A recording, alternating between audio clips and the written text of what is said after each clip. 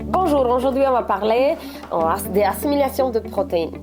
Quand on parle de protéines, la biodisponibilité est cruciale. Elle fait référence à la capacité du corps à digérer et à utiliser les protéines que vous consommez. Et cette biodisponibilité peut varier énormément finalement d'une source à l'autre.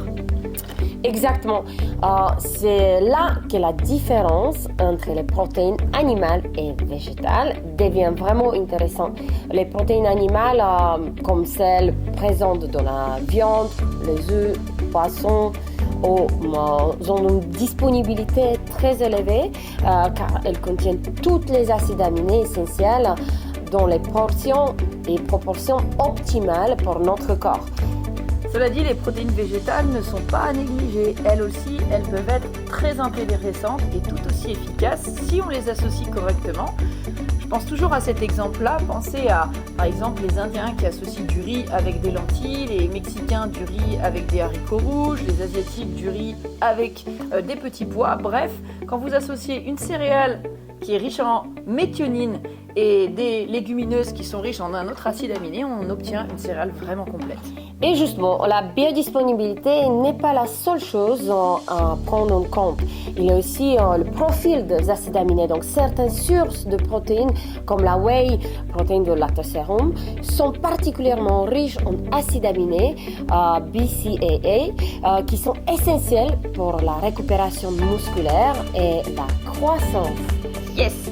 Donc oui, les BCAA sont un atout majeur.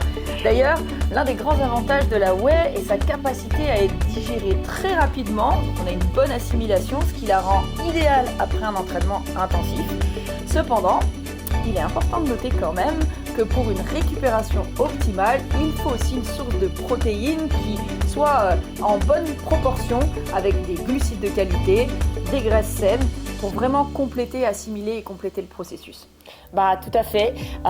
C'est pourquoi beaucoup d'athlètes prennent des boissons de récupération contenant un mélange de protéines, glucides, parfois même la créatine, parce que cela aide non seulement à réparer les muscles, mais aussi à reconstruire les réserves d'énergie épuisées pendant l'entraînement. Exactement. Quand tu fais du sport, tu consommes beaucoup de glucides et si tu n'as pas d'énergie pour bien assimiler, ça ne marche pas.